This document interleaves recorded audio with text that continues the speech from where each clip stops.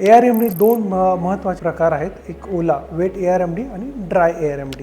Dry ARMD म्हणजे जिथे आपल्या पेशी आहेत मॅक्युलाच्या ठिकाणी सेंटर पार्ट, रेटिनाचा सेंटर पार्ट आहे त्याच्यावर, त्या हळूहळू पेशा नष्ट व्हायला लागतात किंवा त्याची कमकुवता, त्याची पॉवर कमी होते किंवा त्याची कार्य करण्याची क्षमता कमी होते. त्याच्यामुळे ड्राय ARMD होतं. त्यामध्ये हळूहळू त्या नसा किंवा ज्या पेशी हळूहळू ॲट्रोफी होतात किंवा हळूहळू कमी होतात, त्याला ड्राय ARMD म्हणतात.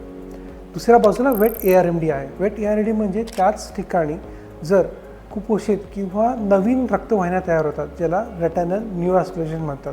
रक्तवाहिन्या ज्या की नवीन आहेत, ज्या पाठीमागच्या पडद्यामध्ये येतात, तर त्या काही ठिकाणी तुटतात किंवा त्याच्यातून रक्तस्राव होतो किंवा त्याच्यातून उजिंग होतं. त्याच्यामुळे पाठीमागच्या पडद्यावर सूज यायला लागते, पाठीमागचा पडदा फुगतो, तर त्याला वेट ARMD असं म्हणतात. ह्या दोन वेगवेगळे प्रकार आहेत ड्राय ARMD, वेट ARMDचे, आणि दोघांची ट्रीटमेंट पण थोडीशी वेगवेगळी आहे. म्हणून हे जाणणं अत्यंत गरजेचं आहे की आपल्याला ड्राय ARMD आहे का वेट ARMD.